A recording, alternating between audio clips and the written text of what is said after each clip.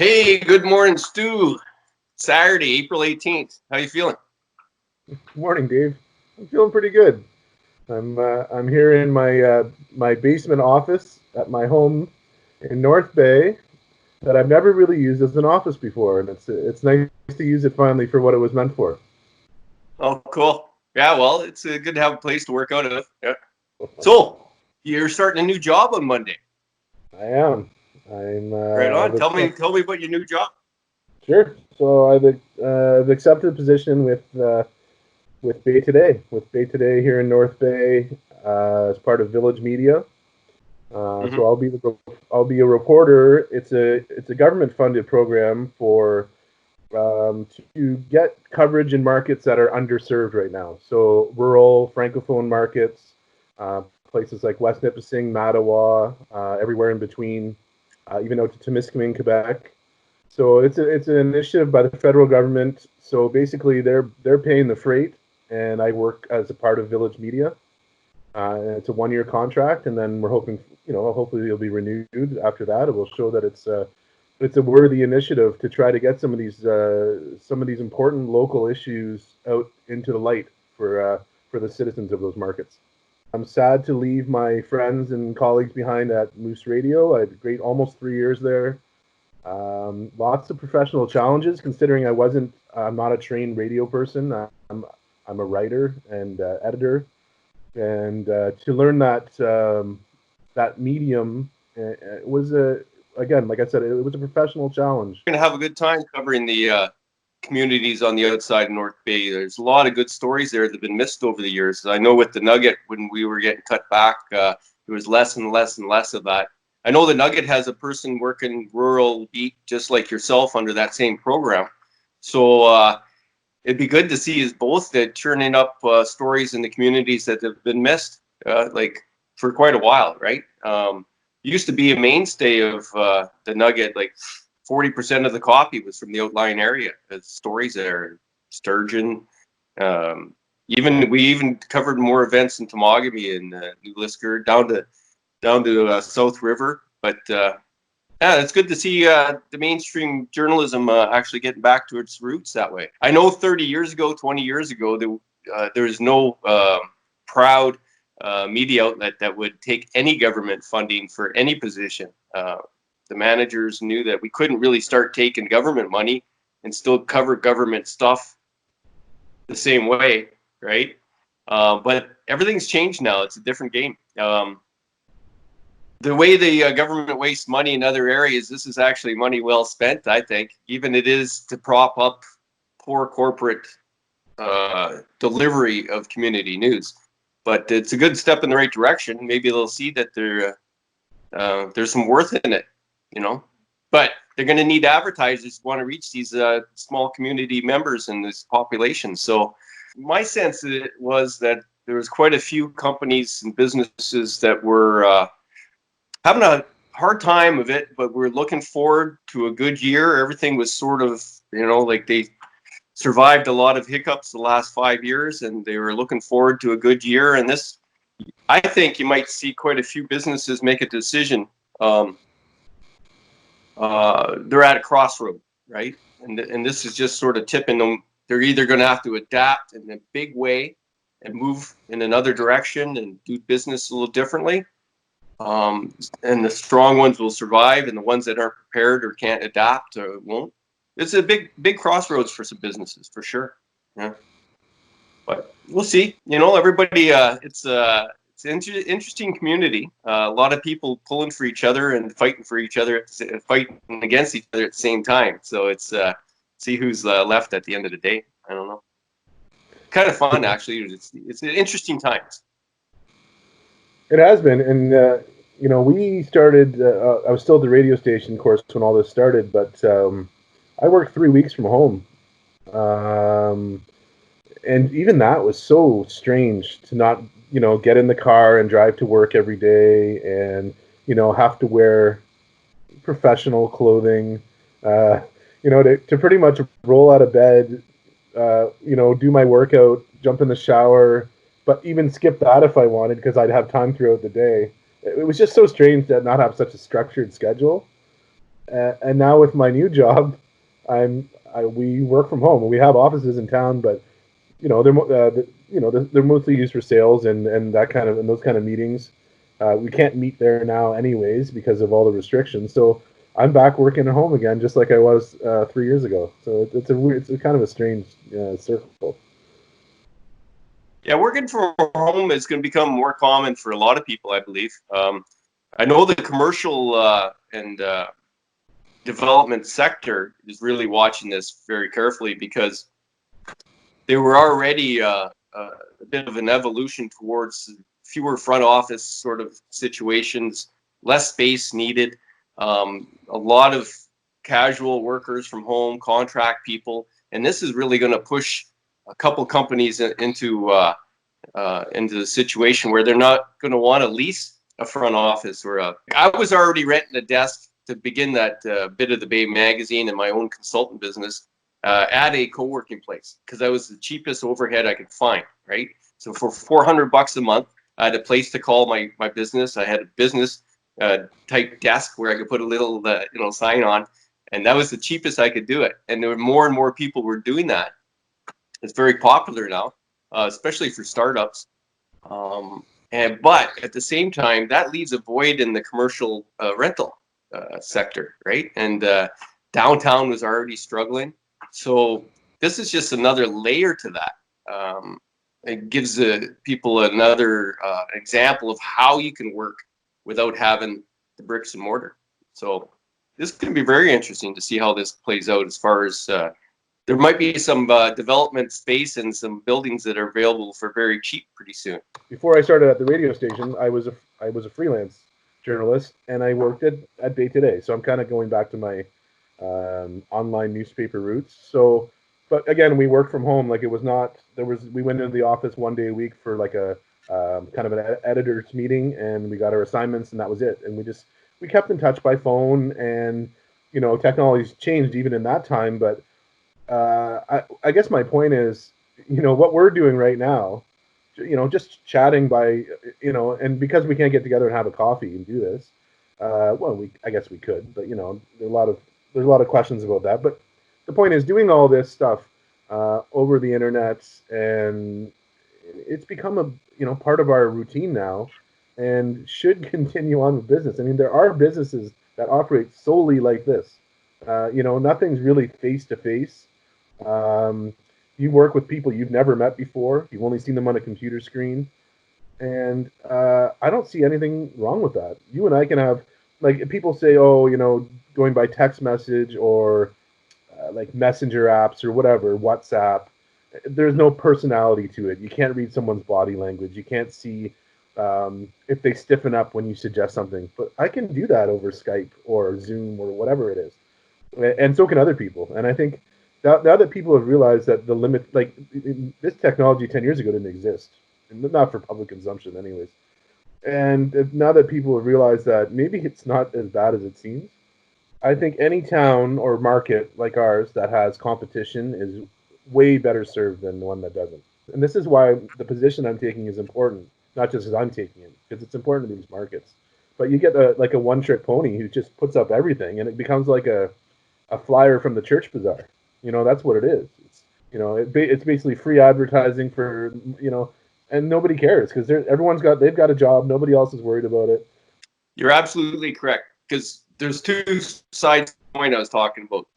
To serve the businesses and to provide those convert sales, convert eyeballs to sales and whatnot, actually requires an outlet to produce consistent, interesting, and informative content, right? And I think for a while there, it was all about speed and who can get the fastest clicks. But people are realizing it's like Chinese food there. It's not enough. The headline might have attracted you, but the content's not there, right? Some of these managing editors and editors have become very skilled at attracting attention, but they're not delivering the steak, right? So it's going to be about content from guys like yourself and whoever else is actually trying to do what I call original content, original journalism, and not just press release, stuff. it's going to take that to get the eyeballs there and to be trusted as somebody that's going to.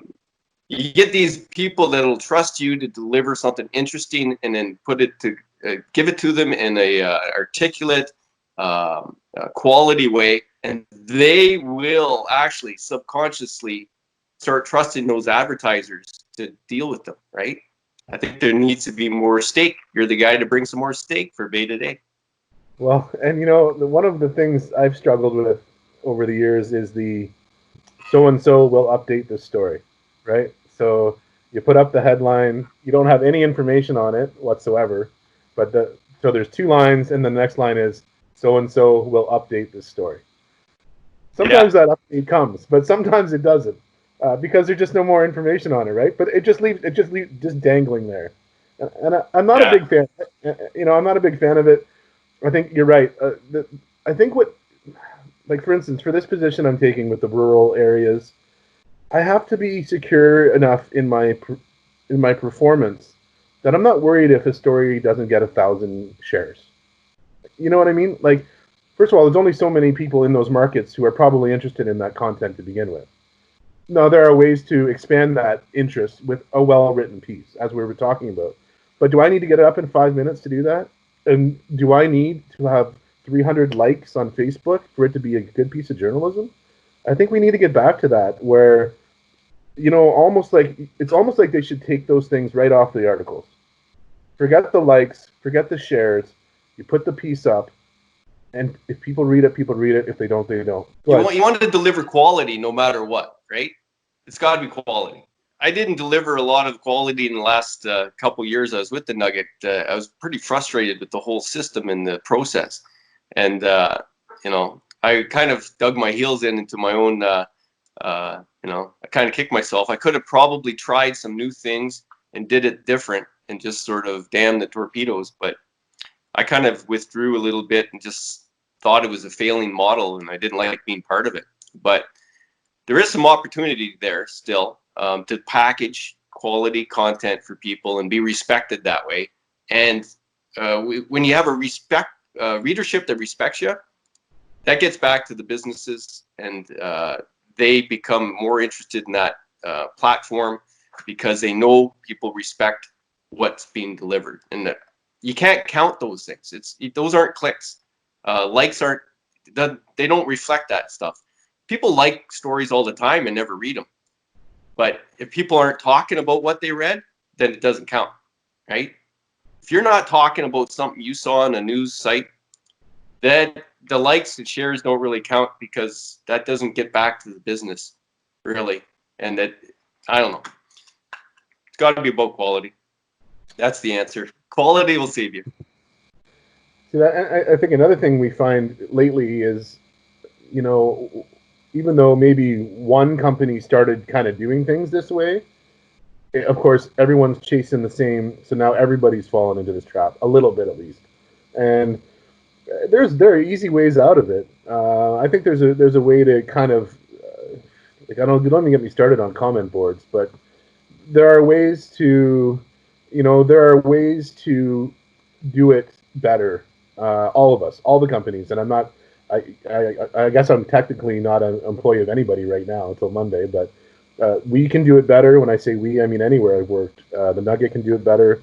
Rogers Radio can do it better. It's, that's what it's going to come down to. And I think if we start seeing companies struggle, it's the ones that can look themselves in the mirror, so to speak, by what they're doing for the public, that will survive. Yeah, for sure, man. So what do you got planned for today? I know what I'm doing. I just ordered some lumber and it got dropped off. I'm going to build something. You have lots of space out there. I wish I had your space. Today I am going to, well, my son doesn't know this yet, but if it stays fairly nice, we're going to rake the front lawn. It needs a good raking. I'm sure he'll be thrilled. Yeah, he's a, you know what though? He's a good boy and he's a hard worker. So it's sometimes that's a great father-son thing to do. Yeah. Yeah. Well, I don't know how much I'm actually going to do, but if you give him a little encouragement, he'll go a long way. That's for sure. So we might rake our lawn, and well, actually, my spouse is a PSW, and she's been off with symptoms of. Uh, she doesn't have COVID-19, but she had some of the symptoms, and because she works at a long-term care home, she couldn't go to work for a couple weeks. So she's been cleared now by medically, and she's back to work for the first time today. So we're kind of getting back to Wow. our normal, yeah, kind of getting back to our normal routines around here. I'm kind of back to work Monday, and Katie's back to work this afternoon. So now the juggling part will be homeschooling, so to speak, my son, and working and doing everything that we need to do on a daily basis, including walk our dog 5 times a day. Oh, right on, right on. Well, you'll be traveling by my place when you go to Mattawa, Bonfield, and Rutherglen. So stop by sometime. I We'll will have stop. a physical distance sort of conversation 10 feet away. What about I don't want this to come across the wrong way. What about a sauna or a hot bath? What do you have out there? You have something. I have a wood burning sauna for sure. Is Yeah. it big enough to socially distance? No, I'm afraid not. It's built for probably at most 3 people, so it's pretty tight. It's pretty So tight. we'd have to take But turns. if you're really dying for a sauna, I can have it disinfected and set it up for you, and you can have yourself a sauna, right? You can clean out all those toxins from whatever you do and wherever you worked before, right? Clear your mind, get ready for your new adventure. Yeah, Okay. saunas are really healthy things to do. Yeah, I remember quite a few friends of mine who lived out on Trout Lake growing up. They all had saunas, and we used to love them. A lot of fun. Actually, I've been working out again. That's another thing I've been doing since I've been kind of working from home. I bought Oh myself yeah, a rowing machine and a punching bag. Yeah, so we've been doing kind of the like MMA style training things, and I love the rowing. I have problems with my knees and hips, and I wasn't sure if it would be okay, but man, I feel great. I maybe I've dropped a lot of weight, but I feel better every morning, and just like, and I want to get on the machine because I know it's helping me feel better every day. So, like, I'm only doing about half an hour when I get up in the morning, but it's just enough to get a sweat, and then I hit the bag a few times, and I've ordered some of those kind of resistance bands. So instead of getting a bunch of dumbbells, I'm gonna do a program with that. So I'm hoping to maybe drop 20 or 30 pounds and just kind of the muscle's all there. It's just got to be uncovered. So I'm really excited about it. I've been telling everyone I've been talking to, which you know really isn't that many people lately, but I'm telling you now. well, that's the thing. You got to talk about it because that reinforces your commitment to do it, right? Like I'm just trying to get myself in shape so I can start doing my wood splitting. Yeah. I have a whole gym worth of stuff, stumps piled up that I have to split. But it takes me about 2 weeks of working out to get ready to work out on on the stumps. But Sure. it's great. Yeah, no, doing that activity is going to be great for you. So, what Uh, sparked your health kick? um, like I don't have any health issues or anything. Like in the last 10 years, I've quit drinking and smoking. So I think those were always kind of hurdles for me to get back to. I was a pretty high level athlete growing up into my 20s, and then kind of just let it go, I guess. And but no, I think like I want to live to be 85, right? Like I want to be around to see my grandkids, and I think it's time. I'm in my 40s now, and like I said, the smoking and drinking definitely was a hurdle before to do any kind of aerobic activity. So now that I put enough space between that and this, it just seemed like the right time. I had a lot more time on my hands. I'm at home all the time lately, so why not?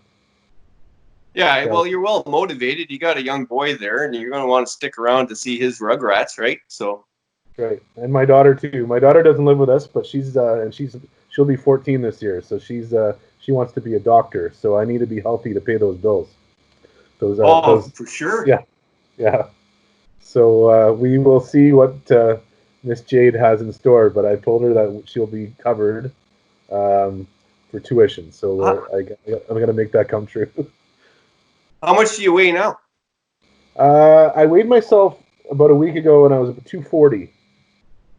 Wow. So I'd like to get down to about 210 or even 200 would be great. Um, What's your height? I'm about 6 feet tall. Oh yeah, yeah, The yeah. thing You'd is, make a better 200-pounder. Yeah. yeah, I mean, when I was an athlete, I was 185. Um, my Hey, let's doctor, talk about this high level of athleticism you're at. What were you doing? well, well, I played volleyball at Nipissing University. Was kind of my pinnacle. So I was on the men's volleyball team for a couple years there. Um, but What like position? I was a right side, so this is before the rules changed. So there were no libero then. There was no this ping pong scoring the way they do it now. It was to 15. Like we were still in those days. This is the Okay. late 90s. Previous to that, we did. I was part of volleyball teams from Chippewa that won OFSA gold and bronze. My last 2 years of high school, and I won Athlete of the Year my last year of high school too. Which Um, high school? Chippewa. Oh, right on. Yeah. So I mean, I guess maybe that's not high level to some people, but I don't know. I don't know what else to call Well, it. it's a higher level than I made it to. So Yeah, there there we you go. go. So I guess I never expect to be back to that kind of level of athleticism, but to be able to do things to keep me healthy, get my blood pumping and my heart stronger, without having to jog around the block a bunch of times. That's the kind of thing I'm looking for. I'm not. I just can't do the running with the knees, and I find the biking even hard too. So, short of a swimming pool, the best thing I could figure out was this rowing machine, and it's really worked so far. Like I've had almost no pain at all, which for me is unheard of. Like I played a bit of softball last summer for slow pitch, and like I was in constant pain. Like I couldn't even get up to go to the game the next day. All sorts Well, of trouble with hamstrings and well, if you what? drop like 30 pounds, you're gonna feel much better just from that. Like your knees and hips are carrying an extra body on there, right? Yeah, yeah, for sure.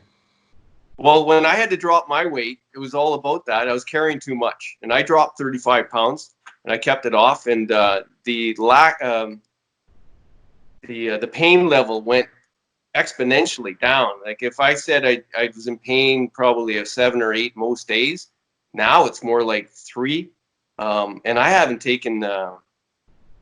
had to take Advils or Tylenols. I used to have to chew those through the day just to get through. But because I was carrying an extra couple cases of beer, right? Yeah, That adds up, man. for sure. Well, and I don't expect to ever live pain free. I think it's just a part of aging. The extra weight, I'm gonna lose it, and I don't expect it to happen overnight. But I'm committed to getting up every morning and doing it. And but I think it's important too that I've been doing some reading about it because I have so much time on my hands lately, and it's important to rest too and to eat well or eat better. It's not just about getting on the machine or hitting the punching bag or whatever you're doing. It's a complete lifestyle, adjustment. I don't like life change. I don't think it has to be a change, but you need to adjust, and that's. I guess maybe I was too stubborn before. I mean, I love to eat barbecue, and I like a bag of chips here and there. But now I like a bag of chips less, and I don't take that extra large portion size of dinner. I just take a little bit. I take what I need, for to fuel my body, and that's. I think a lot of the battle of losing weight or just being more fit is that kind of mindset. I think it's just like when I quit smoking or drinking. It's nobody could tell me to do those things. Although my son used to bug me about the smoking, but it just took for one day. I woke up and said, you know what, I'm going to stop, and I did. So when I How decided long have you been not smoking? a few years, Okay. Because yeah. I remember you were still sort of struggling with that a couple years ago. Yeah. How do you start your day? As far as what's the first thing that you consume? About a liter of water. My little guy, Dylan, he's into MMA training, so he's a lot further into it than most people. He's got me into starting the day with a good squeeze of almost half a lemon in water with a little pinch of salt, right? And that actually turns on your metabolism and gives you a higher metabolism during the day because it starts your day with the electrolytes and rehydrates yourself in a better way. And the pinch of salt actually gives you just a little bit of retention of the water so you don't dehydrate through the rest of the day, right? So so you start with a little bit of lemon in your water, and that replaces your electrolytes and starts your metabolism, increases it a little bit. That's my Dr. Dave advice for Stu. Well, and I'll thank Dylan for the advice as well. Well, it seems to be working for him anyway. So I saw a photo of him recently. He looks to be in pretty good shape. yeah, and you know what? I think much better direction for him than the football. He was always trying to gain weight for football, and that lifestyle is a little bit different.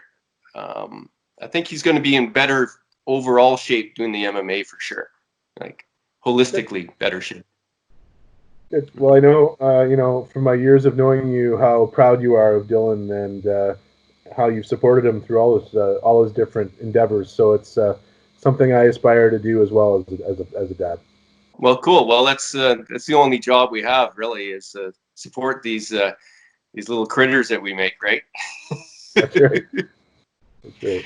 Anyways, let's wrap this up. It was really cool.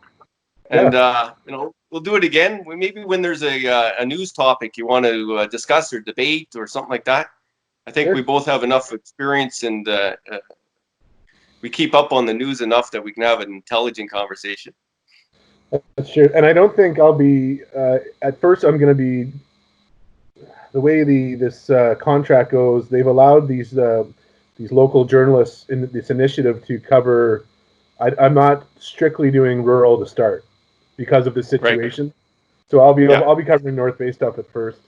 And I don't think even when I'm into the Mattawa, West Nipissing, there's a little bit of leeway there as far as if I'm exclusively doing that or if I can contribute in other ways as well. So that remains to be seen. So I'll be definitely keeping up on the North Bay scene, although it will be strange not to cover the council meeting on Tuesday.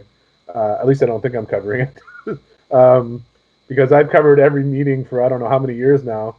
I kind of miss those guys. They've taken a couple weeks off, so maybe I'll watch anyways, just for old time's sake.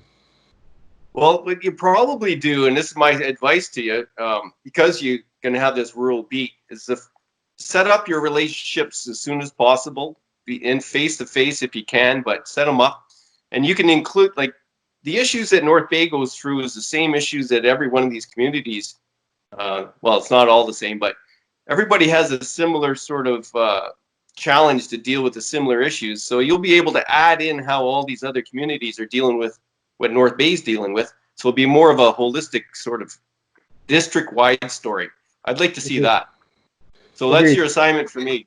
I'll even read. I'll even check out Bay Today more often and see what you're up to. Well, I don't know what to say to that, but thank you. Yeah, I'm gonna be trolling you. Well, I have to admit, I don't read the comments, so. You're gonna have. It's only a good comment if you force people to read it. You gotta do it in a way where people end up talking about it, and then you have to go back and see what the guy said. So that'll be my challenge, to make Stu read my comments. Sounds good to me. All right, man. Have a good day. Thanks. You too. Take care. All right.